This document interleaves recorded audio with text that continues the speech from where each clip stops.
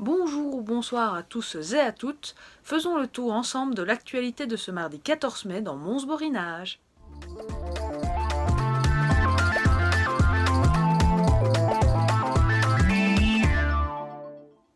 Vous l'avez sûrement remarqué, aujourd'hui est un jour de grève. À la veille des élections fédérales, régionales et européennes, la FGTB wallonne a décidé de lancer une journée d'action un peu partout dans le pays. Mais quelles sont les revendications de la FGTB et quelles sont les conséquences sur la population ?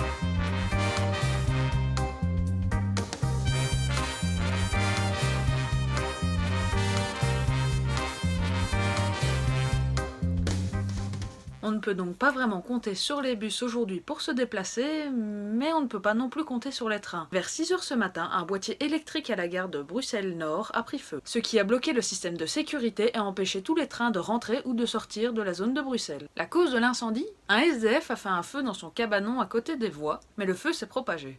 La circulation des trains a repris vers 8h, mais il y a eu des annulations et des retards tout le long de la journée sur tout le rail belge, ce qui n'a pas fait le bonheur des usagers. Je viens de Jurbise actuellement. Et comment s'est passé le trajet ? Très très mal. Là je suis en retard parce que justement je dois aller à Liège, vous voyez. Mais étant donné qu'il y a un souci sur le rail, mon train qui m'amène de Jurbise à Mons a pris du retard. Donc j'arrive en retard. La correspondance n'ayant pas été suivie, je dois attendre, sauf que ma deuxième solution, ça passe par Bruxelles et que c'est bloqué, donc je dois attendre le train qui va vers Liège et qui passe par Charleroi, donc j'en ai encore pour 1 heure à attendre. Pour ce soir, en principe, je ne devrais pas être impacté, mais étant donné la SNCB et s'il y a un problème, il y a toute la Belgique qui est à l'arrêt, j'ai un peu peur. Des retards et perturbations sont encore prévus toute la soirée, mais la situation devrait se rétablir dans les prochaines heures. Normalement. Et encore dans le thème des grèves, les employés de la boulangerie Thirion sont en arrêt de travail depuis ce matin. En fait, ce sont les employés de la maison mère basée à Recey qui ont décidé de bloquer l'approvisionnement de toutes les autres boulangeries Thirion. Donc, les boulangeries de Carnion, Frameries, Mons et Jurbise seront fermées jusqu'à nouvel ordre. Mais pourquoi, me demandez-vous ? Ces travailleurs ont peur pour leur avenir. Et pour cause, Thirion a une dette de 1,3 million d'euros et les employés souffrent de conditions de travail difficiles. Les congés payés ne sont plus assurés, ils doivent faire beaucoup d'heures supplémentaires, ils ont une grande charge de travail et il y a un manque considérable de personnel. À cause de cela, de plus en plus d'employés démissionnent, ce qui n'arrange pas la situation. Cette grève risque bien de durer un bon moment, donc la direction de Thirion a du pain sur la planche. Partons maintenant à Anzy pour parler de vaches. Même si cette phrase peut être drôle, la situation l'est beaucoup moins. 5 vaches maltraitées ont été saisies par l'association Animaux en péril car elles vivaient sans eau et sans nourriture. Le propriétaire, qui est un boucher de la région, est connu pour des faits similaires. Il risque jusqu'à 15 ans d'emprisonnement et une amende de 10 millions d'euros. Mais ne vous inquiétez pas, les vaches sont désormais saines et sauves et sont soignées dans le refuge de l'ASBL.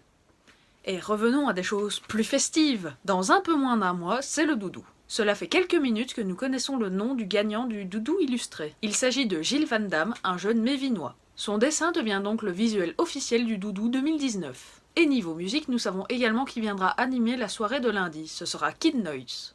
Et en bref, la Sainte-Odile Jeune-Dour est montée en D1 de futsal hier soir et elle a battu Evere 3-5. D'ici un peu plus d'1 mois, il sera enfin possible de dormir dans Peridaisa. Le Spar d'Aubourg dépose le bilan. 13 personnes perdent leur emploi et la question de la disparition des commerces de proximité se pose. Et aujourd'hui a lieu la première demi-finale de l'Eurovision qui a lieu à Tel Aviv en Israël. Notre candidat montois Elliot Vassimilé passera en 10e position avec sa chanson Wake Up.